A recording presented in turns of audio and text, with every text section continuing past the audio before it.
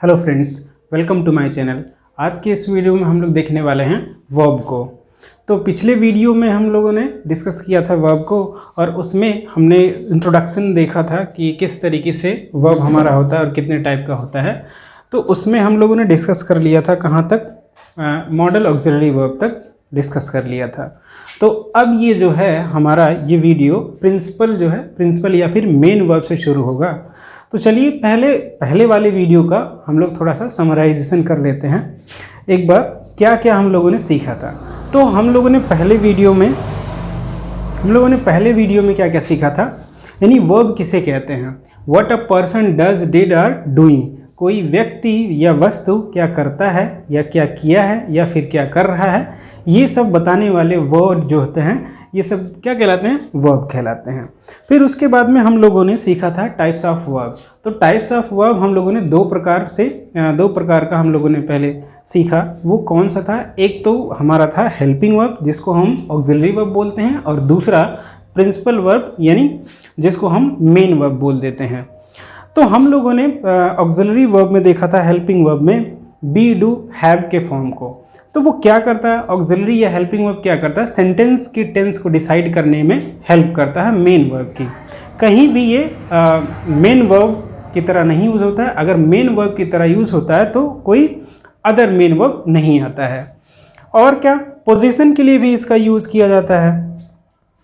दूसरी चीज़ हम लोगों ने ये सीखा था कि जो हेल्पिंग वर्ब होते हैं वो सब्जेक्ट के पर्सन और नंबर के अकॉर्डिंग चेंज होते हैं। यानी सब्जेक्ट हमारा first person, second person, third person का है, तो वर्ब भी हमारा first person, second person, third person के अकॉर्डिंग ही अप्लाई होता है।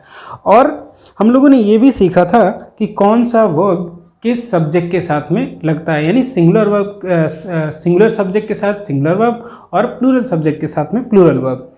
तो अब जो हम सीखने वाले हैं बेसिकली प्रिंसिपल वर्ब यानी मेन वर्ब को सीखने वाले हैं। और प्रिंसिपल वर्ब को बताने से पहले एक और चीज़ मैं बताना चाहूँगा। जो हेल्पिंग वर्ब था हमारा, ठीक है, बी, डू और हैव को छोड़ दें तो दो और आ रहे थे जिसको हम मॉडल ऑक्सिलरी वर्ब, जैसे कैन, कुड, मे, माइट, इस तरीके से कुल मिला करके 13 मॉडल ऑक्सिलरी वर्ब होते हैं। तो उसमें भी दो प्रकार का होता है, एक जो है एब्सोल्यूट मॉडल ऑक्सिलरी वर्ब, और दूसरा हमारा था मार्जिनल मॉडल वर्ब। तो इस तरीके से हम लोगों ने पूरे वर्ब को डिस्कस कर लिया था।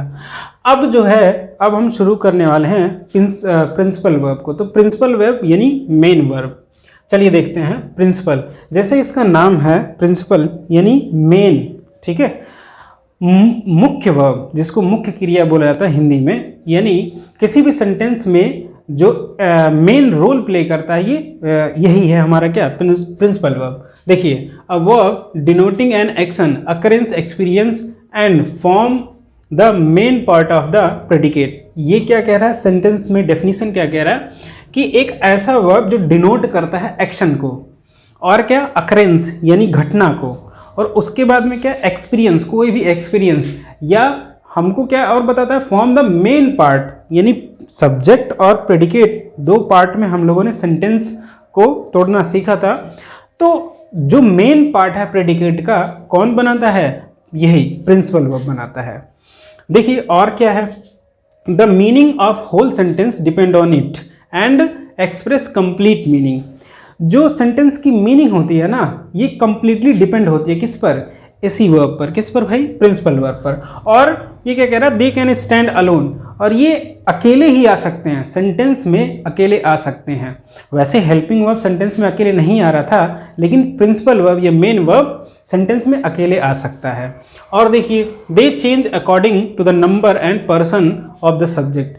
ये भी क्या करता है, सब्जेक्ट के नंबर और पर्सन के अकॉर्डिंग चेंज होता है। यानी सब्जेक्ट सिंगुलर तो सिंगुलर वर्ब, सब्जेक्ट प्लूरल तो प्लूरल वर्ब, ठीक है। आगे देखिए, दे हैव 5 फॉर्म, तो दे हैव 5 फॉर्म, इनके 5 फॉर्म होते हैं। कौन कौन से भाई, वर्ब का first form, second form, third form, fourth form, fifth form.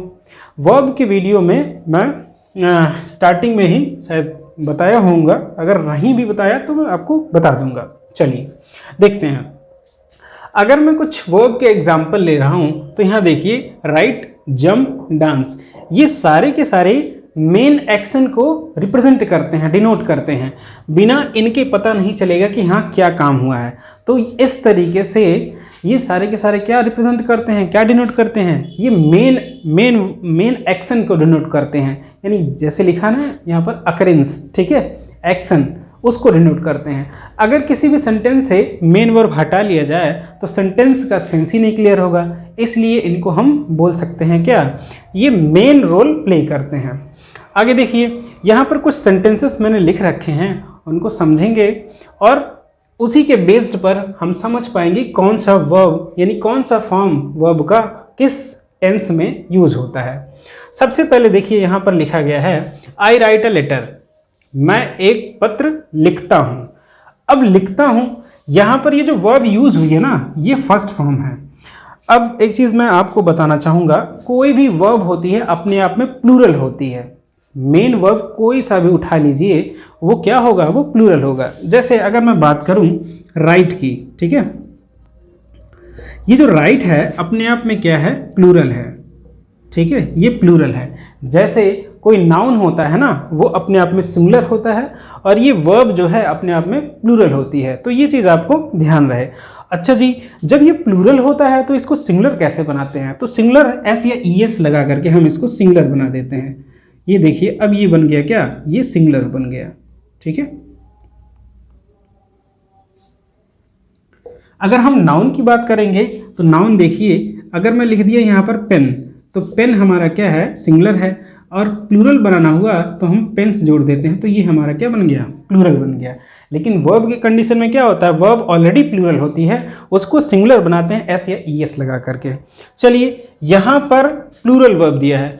अब कुछ लोग के दिमाग में ये आ रहा होगा कि ये सेंटेंस का सब्जेक्ट जो है आई है और आई सिंगुलर होता है। जी हाँ, बिल्कुल सिंगुलर होता है, लेकिन इसको कंसीडर किया जाता है एज ए प्लूरल सब्जेक्ट, ठीक है। तो आई होता तो सिंगुलर है, लेकिन उसको कंसीडर किया जाता है प्लूरल, और जब भी वो अपने साथ में वर्ब लेगा तो प्लूरल वर्ब लेगा, इसलिए यहाँ पर राइट लिखा है, यानी प्लूरल वर्ब लिखा है। क्लियर, आगे बढ़ते हैं। देखिए भाई, अगर कोई भी मेन वर्ब है, मेन वर्ब की फर्स्ट फॉर्म सेंटेंस में यूज हुई है, तो मेन वर्ब का जो फर्स्ट फॉर्म है ना, वो प्रेजेंट इंडेफिनिट टेंस को रिप्रेजेंट करता है। ठीक, आगे बढ़ते हैं भाई। दूसरा वाला सेंटेंस है ही रोट अ लेटर। अब देखिएगा, इसी का सेकेंड फॉर्म है राइट, का सेकेंड फॉर्म क्या है, रोट। तो ये जो सेंटेंस है ना, ये क्या कह रहा है कि ही रोट अ लेटर, उसने एक पत्र लिखा, ठीक है, वह लिखता था। तो लिखता था दैट मीन्स या लिखा, इसका मतलब क्या है, पास्ट। तो वर्ब की जो सेकेंड फॉर्म है ना, वो किस टेंस को रिप्रेजेंट करती है, डिनोट करती है, पास्ट इंडेफिनिट टेंस को।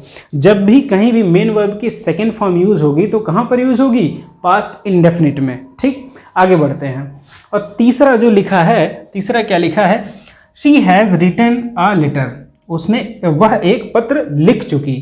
अब देखिएगा यहाँ पर she has written a letter, यहाँ पर वर्ब की थर्ड फॉर्म यूज हुई है, यानी write, wrote, written, first, second, third. तो थर्ड फॉर्म कहाँ पर यूज होगा, थर्ड फॉर्म होता यूज कहाँ पर है, प्रेजेंट परफेक्ट में। बात को समझिएगा, थर्ड फॉर्म प्रेजेंट परफेक्ट में यूज होता है और पास्ट परफेक्ट में भी यूज होता है, तो इसमें कंफ्यूज होने वाली बात नहीं है। मैंने यहाँ पर सिर्फ प्रेजेंट परफेक्ट लिखा, तो पास्ट भी आप जोड़ लेना। यहाँ पर मैं पास्ट भी लिख देता हूँ इस तरीके से, पास्ट में भी, पास्ट के परफेक्ट में भी यूज होता है। तो वर्ब की थर्ड फॉर्म कहाँ पर यूज होती है, परफेक्ट टेंस में। अब वो परफेक्ट कौन सा, या तो प्रेजेंट का या तो पास्ट का। आगे देखिए, अगला लिखा है he is writing a letter, वह एक पत्र लिख रहा है।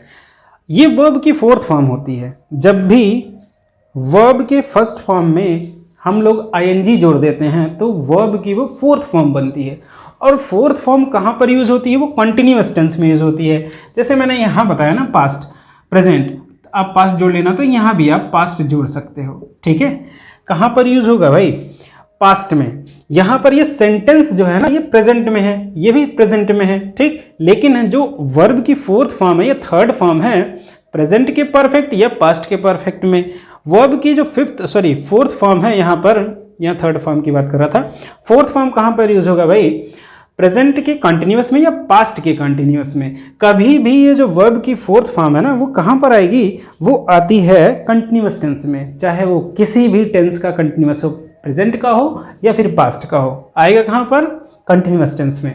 तो यहाँ पर प्रेजेंट का कंटिन्यूअस है। चलिए भाई, आगे एक और सेंटेंस लिखा हुआ है, ही राइट्स अ लेटर। अब ये नहीं समझ में आया, यहाँ पर क्या था? प्रेजेंट इंडेफिनिट, यहाँ भी लिखा है प्रेजेंट इंडेफिनिट। तो होता क्या है, मैंने आप लोगों को ये बताया कि वर्ब आपस में क्या होती है? अपने आप में प्लूरल होती है, और इसको सिंगुलर बनाने के लिए एस या ईएस ऐड कर दिया जाता है। तो देखिएगा यहाँ पर हमारा जो सब्जेक्ट है ना, वो सब्जेक्ट हमारा सिंगुलर है। अगर सब्जेक्ट हमारा सिंगुलर है तो वर्ब भी हम सिंगुलर यूज करेंगे, इसलिए यहाँ पर राइट ना लिख करके राइट्स लिख दिया गया है, जो कि सिंगुलर वर्ब है। क्लियर? आगे बढ़ते हैं भाई। तो जो एस या ईएस वाला फॉर्म होता है ना, उसको हम बोल देते हैं fifth form of verb. Verb का जो एस या ईएस वाला फॉर्म होता है, उसको फिफ्थ फॉर्म ऑफ वर्ब बोल देते हैं। तो अब आगे बढ़ते हैं। इतना तो हम लोगों ने सीख लिया कि प्रिंसिपल या मेन वर्ब किसे बोलते हैं। थोड़ा बहुत तो आइडिया आपको लग ही गया होगा कि ये सेंटेंस किस तरीके से फ्रेम हुआ है और मेन वर्ब किस तरीके से सेंटेंस में आते हैं। अब चलिए प्रिंसिपल वर्ब की कैटेगरी को हम लोग पढ़ते हैं। तो सबसे पहला क्या होता है भाई? Transitive verb. ठीक है, मेन वर्ब जो होता है 4 प्रकार का होता है। कौन कौन सा? ट्रांजिटिव, इंट्रांजिटिव, फाइनाइट और नॉन फाइनाइट। ये 4 प्रकार के आपको मेन वर्ब पढ़ने हैं, जिनमें से पहला ये जो है टाइप है किसका? ट्रांजिटिव। मेन वर्ब का पहला टाइप क्या है? Transitive verb. ट्रांजिटिव वर्ब क्या होता है? Verbs that require an object to complete the meaning of sentence. यानी ये कह रहा है एक ऐसा वर्ब जो रिक्वायर करता हो, यानी उसको ज़रूरत पड़े, अपने सेंस को क्लियर करने के लिए एक किसी ऑब्जेक्ट की ज़रूरत पड़े, तो वो वर्ब क्या कहलाता है? वो ट्रांजिटिव वर्ब कहलाता है। यानी बिना ऑब्जेक्ट के कंप्लीट सेंस नहीं देगा, इसलिए क्या कहलाएगा भाई? Transitive verb. आ रही बात समझ में? कहीं भी आपको ट्रांजिटिव वर्ब लिखा मिल जाए तो उसका मतलब ये होता है एक ऐसी वर्ब जो बिना ऑब्जेक्ट के अपना कंप्लीट सेंस नहीं बनाती है। ठीक है, देखिए यहाँ पर लिखा राइट, सिंग, पुश, कैच, ईट एटसेट्रा। मतलब ऐसे बहुत सारे वर्ब हैं जो ट्रांजिटिव वर्ब हैं। चलिए अब समझते हैं इसको। तो ट्रांजिटिव वर्ब क्या होता है? ठीक है, ऑब्जेक्ट क्या होता है? यहाँ पर कुछ सेंटेंस लिखे हैं, उसको पहले रीड करते हैं, उसके बाद समझते हैं। आई राइट अ लेटर। देखिएगा ये मेन वर्ब है, ठीक है, और जो कि ट्रांजिटिव वर्ब है। और ये ए लेटर, ये सेंटेंस का क्या है? ऑब्जेक्ट है। कैसे ऑब्जेक्ट है अभी समझाता हूँ। ही सैंग अ सॉन्ग। अब ये सेंटेंस का सब्जेक्ट ये अपना वर्ब है और ये कंप्लीट अपना ऑब्जेक्ट है। यहाँ पर दे पुश्ड द ट्रॉली, यहाँ पर ये वर्ब है और ये आपका ऑब्जेक्ट है। देखिए कैसे पता चलेगा कि कोई वर्ब ऑब्जेक्ट रिक्वायर करता है या फिर नहीं करता है? तब तो पता चलेगा ट्रांजिटिव या इंट्रांजिटिव है। तो देखिए अगर हमको सेंटेंस में ऑब्जेक्ट आइडेंटिफाई करना है, ऑब्जेक्ट को फाइंड आउट करना है, तो उसके लिए क्या है भाई? यहाँ पर मैंने लिख रखा है to find object of sentence ask question from verb. अगर आपको किसी भी सेंटेंस का ऑब्जेक्ट फाइंड आउट करना है तो आप क्या करोगे? वर्ब से क्वेश्चन पूछोगे। वर्ब से कैसे क्वेश्चन पूछोगे? व्हाट या whom करके, क्या या किसको। ठीक है, अगर इसका आंसर मिल रहा है दैट मीन्स ऑब्जेक्ट आपको मिल जाएगा। चलिए अब दोनों में से किसी एक से ही क्वेश्चन करना है, ऐसा नहीं दोनों से करना है। एक का आंसर मिल गया कोई बात नहीं है, ऑब्जेक्ट हमारा मिल गया, तो दोबारा कहीं क्वेश्चन करेंगे। तो व्हाट या whom, मतलब चाहे व्हाट से करो या फिर whom से करो, आपको आंसर मिलेगा। तो वो जो आंसर मिलेगा वो क्या मिलेगा? ऑब्जेक्ट मिलेगा। देखिए यहाँ पर लिखा है आई राइट अ लेटर। मैं क्वेश्चन कर रहा हूं कि आई राइट व्हाट। अब व्हाट का आंसर यहाँ पर क्या मिला? A letter. तो अ लेटर क्या हो गया? ऑब्जेक्ट हो गया। यानी ये जो वर्ब है, ठीक है, ये ऑब्जेक्ट रिक्वायर करती है। अगर इसको हम छुपा लें तो क्या कंप्लीट मीनिंग ये डिनोट कर पाएगा, रिप्रेजेंट कर पाएगा? नहीं कर पाएगा। आई राइट, मैं लिखता हूं, क्या लिखता हूं भाई? कुछ पता ही नहीं चल रहा है। ठीक है, जब मैंने ये बोल दिया आई राइट लेटर, मैं एक पत्र लिखता हूं, तब कंप्लीट मीनिंग निकल रही है इस सेंटेंस की। देखिए अब ही सैंग अ सॉन्ग यहाँ पर लिखा है। तो यहाँ पर हम इस वर्ब से क्वेश्चन पूछेंगे ही sang what, तो what का आंसर क्या मिलेगा हमको, सॉन्ग। ठीक है, उसने क्या गाया, गाना। तो गाना क्या हो गया, ऑब्जेक्ट। तो ये हमारा ट्रांजिटिव वर्ब हो गया और ये हमारा ऑब्जेक्ट हो गया। क्लियर, आगे बढ़ते हैं। दे पुश्ड द ट्रॉली, यहाँ पर क्वेश्चन पूछते हैं इस वर्ब से, दे पुश्ड, उसके बाद में हम क्या पूछेंगे, व्हाट। ठीक है, अब तीनों सेंटेंस में हमको व्हाट का आंसर मिल जा रहा है, तो हु से क्वेश्चन करने की कोई जरूरत नहीं है। ठीक है, चलो भाई, they pushed the trolley, they pushed what, तो आंसर आएगा क्या, ट्रॉली। तो ट्रॉली हमारा क्या हो गया, ऑब्जेक्ट हो गया। क्लियर, तो ये सारे के सारे वर्ब जो हैं ये कैसे हैं, ट्रांजिटिव वर्ब है। ठीक है, आगे बढ़ते हैं भाई। दूसरा है मेन वर्ब का, दूसरा है, पहला तो हमने क्या पढ़ लिया, ट्रांजिटिव, दूसरा वर्ब है इंट्रांजिटिव, इसी का छोटा भाई है। ठीक है, समझिए।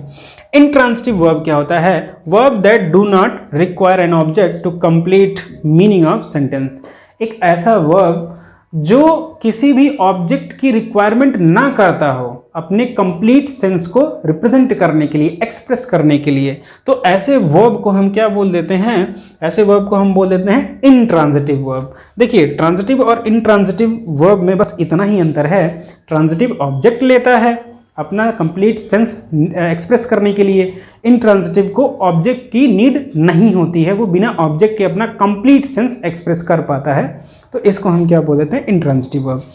आइए समझते हैं, यहाँ पर कुछ इंट्रांजिटिव वर्ब लिखे हैं। ठीक है, run, fly, rain, sleep, grow, go, love, swim etcetera, ऐसे बहुत सारे इंट्रांजिटिव वर्ब हैं।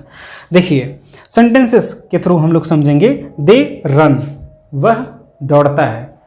अब जरूरत नहीं है क्या दौड़ता है, किसको दौड़ता है। ठीक है, तो ये कंप्लीट सेंस निकल गया इसका कि हाँ वह दौड़ता है। बर्ड्स फ्लाई, चिड़ियां उड़ती हैं। ठीक है, जरूरत नहीं है क्या उड़ती हैं, किसको उड़ती हैं। ठीक है, क्या या किसको जब आंसर मिलेगा तो वो क्या हो जाएगा, ऑब्जेक्ट मिलेगा, और जब ऑब्जेक्ट मिलेगा तो ऑब्जेक्ट से पहले हम ट्रांजिटिव वर्ब यूज करेंगे। ठीक है, यहाँ पर व्हाट या whom से क्वेश्चन नहीं कर पा रहे हैं या उसका आंसर भी नहीं मिल पा रहा है, तो इसलिए ये सारे वर्ब क्या हो जा रहे हैं हमारे इंट्रांजिटिव। देखिए, द बेबी स्लीप्स, जो बच्चा है वो सोता है। अब क्या सोता है, किसको सोता है, कोई जरूरत ही नहीं है, तो ये क्या हो गया, ये intransitive verb. He laughed at clown, देखिए वह हंसा किस पर, at clowns, clowns means joker होता है।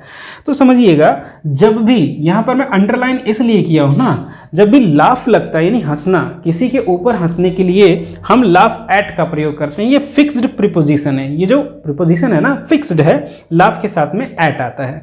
तो ही लाफ्ड एट क्लाउन, उसने किस पर हंसा, जोकर पर, यानी वह जोकर पर हंसा। ठीक है, देखिएगा, अब ये जो है हम क्वेश्चन भी पूछेंगे, ही लाफ्ड व्हाट, तो व्हाट का आंसर नहीं मिल रहा है, ही लाफ्ड whom, किसको हंसा, नहीं, तो इसलिए ये क्या हो गया, ये इंट्रांजिटिव वर्ब हो गया। मेन वर्ब का तीसरा जो है वो है फाइनाइट वर्ब। फाइनाइट वर्ब क्या होता है भाई, पहला हमने क्या सीखा, ट्रांजिटिव, दूसरा इंट्रांजिटिव, तीसरा क्या है, फाइनाइट।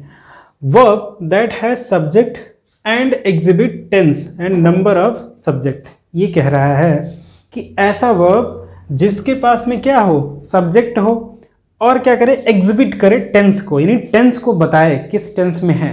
ठीक है, और क्या, नंबर ऑफ सब्जेक्ट, यानी सब्जेक्ट का नंबर क्या है, नंबर दैट मीन्स सिंगुलर या प्लूरल है। चलिए देखते हैं। It changes according to the number, person of the subject and tense, ये क्या कह रहा है, ये चेंज होता है। ये जो फाइनाइट वर्ब है ना, ये चेंज होता है किसके अकॉर्डिंग, सब्जेक्ट के नंबर, पर्सन के अकॉर्डिंग, और टेंस के भी अकॉर्डिंग चेंज होता है फाइनाइट वर्ब।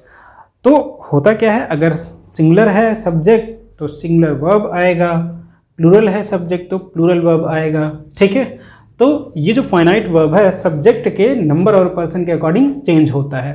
यहाँ पर कुछ एग्जाम्पल्स लिखे गए हैं, लिव, स्पीक, ओपन, रन। ठीक है, बता रहा हूँ। यहाँ पर लिखा क्या है, वी लिव इन इंडिया, हम लोग भारत में रहते हैं। देखिए, यहाँ पर अगर वी न लिख करके मैं लिख दूं ही, ठीक है, यहाँ पर इस तरीके से मैं बताने का प्रयास कर रहा हूँ ही, तो यहाँ पर लिव न लिख करके लिव्स लिखूंगा, क्योंकि हमारा सब्जेक्ट क्या है, सिंगुलर है, तो वर्ब भी क्या होना चाहिए, सिंगुलर होना चाहिए।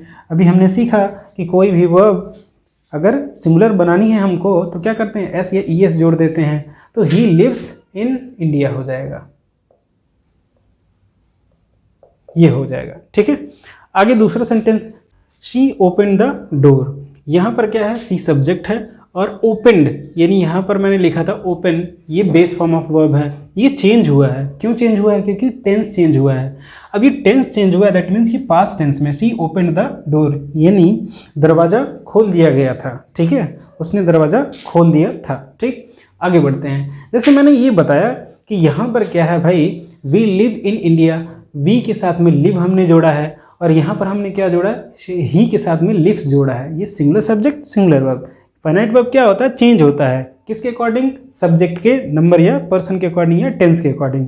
ठीक है, आगे बढ़ते हैं। अगला है फोर्थ वाला, non finite verb. Non finite verb क्या होता है, verb that neither has subject nor exhibit tense. ऐसा वर्ब जिसके पास में ना तो सब्जेक्ट होता है ना तो टेंस को एग्जिबिट करता है, मतलब टेंस को रिप्रेजेंट नहीं करता है। ठीक है, एक्सप्रेस नहीं करता है। देखिए, it does not change according to the number and person of subject. ये क्या कर रहा है, नंबर और पर्सन के अकॉर्डिंग चेंज नहीं होता है। किसके नंबर और पर्सन, सब्जेक्ट के नंबर और पर्सन के अकॉर्डिंग चेंज नहीं होता है।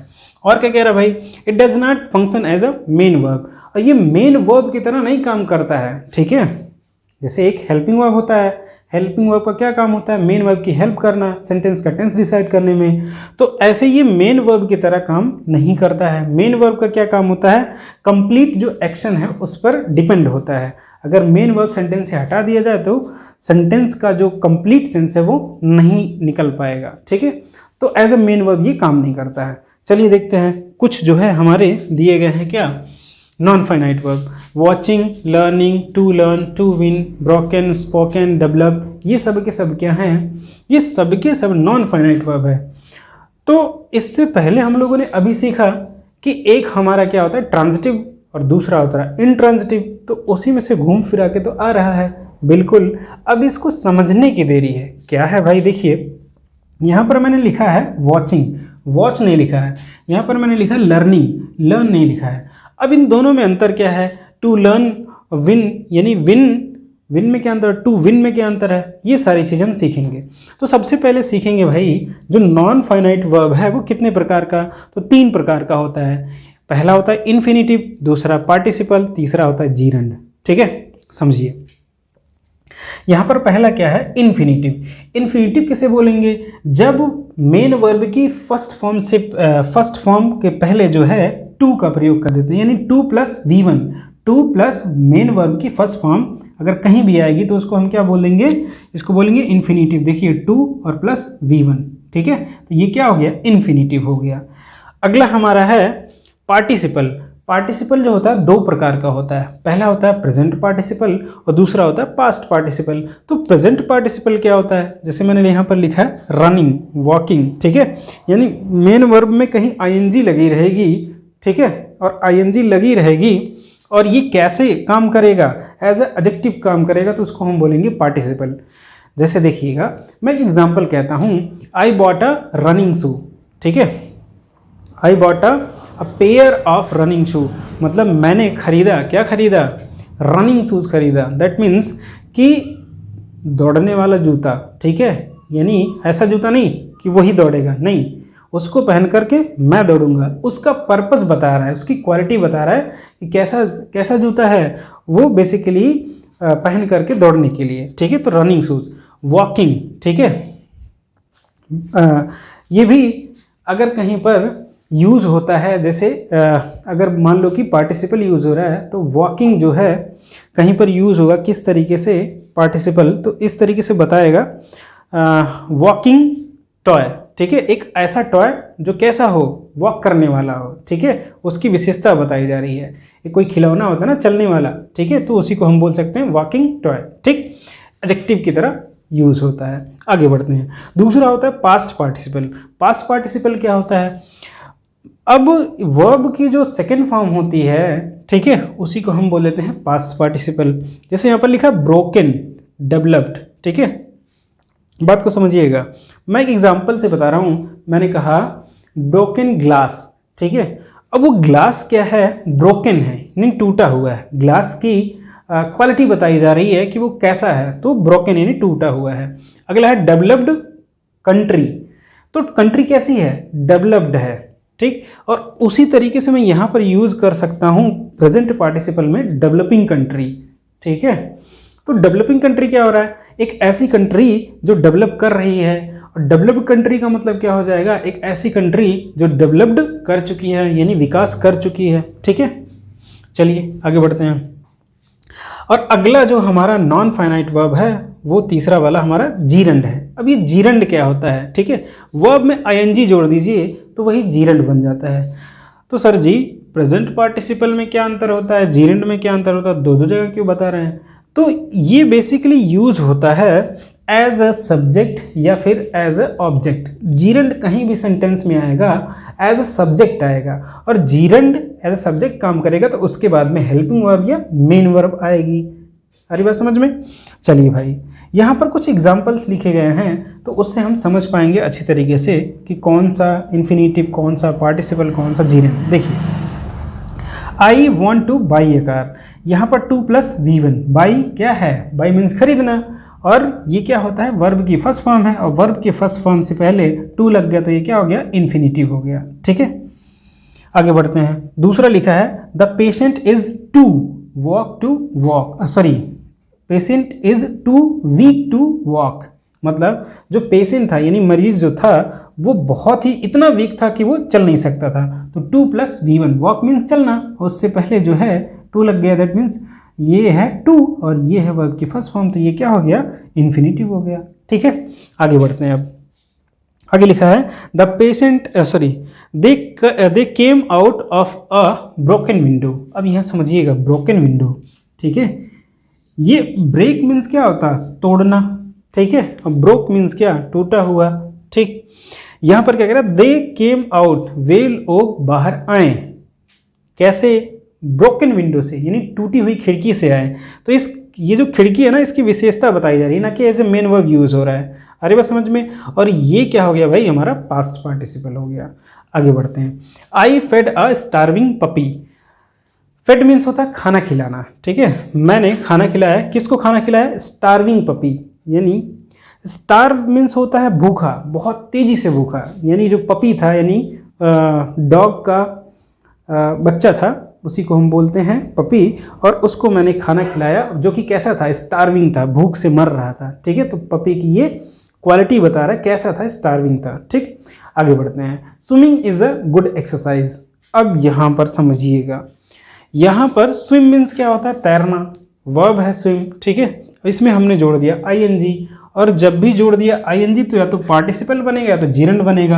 अब पहचानेंगे कैसे कि कौन सा पार्टिसिपल है और कौन सा जीरंड है। तो देखिए, यहाँ पर वर्ब के फर्स्ट फॉर्म में आईएनजी जुड़ी है, और इसके बाद में क्या आ रहा है, इसके बाद में हेल्पिंग वर्ब आ रहा है, उसके बाद में अगला हमारा रेस्ट पार्ट ऑफ सेंटेंस आ रहा है।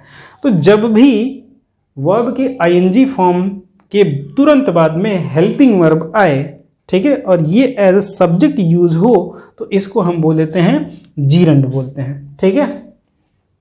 तो यहाँ पर एज अ जीरंड यूज हुआ है। Swimming is a good exercise, बता रहा है कि जो तैराकी है ना, बहुत अच्छी क्या है, व्यायाम है, बहुत अच्छा व्यायाम है, ठीक। चलो भाई, अगला है painting is his good hobby, sorry, painting is his hobby. Painting जो है उसकी हॉबी है, ठीक है। किसकी हॉबी है, उसकी। तो ये जो पेंट है ना, पेंट मीन्स क्या होता है, कलर करना, रंगना किसी चीज़ को। यहाँ पर बताया जा रहा है पेंटिंग यानी जो कलाकारी है, ठीक है, वो जो है उसकी हॉबी है, ठीक।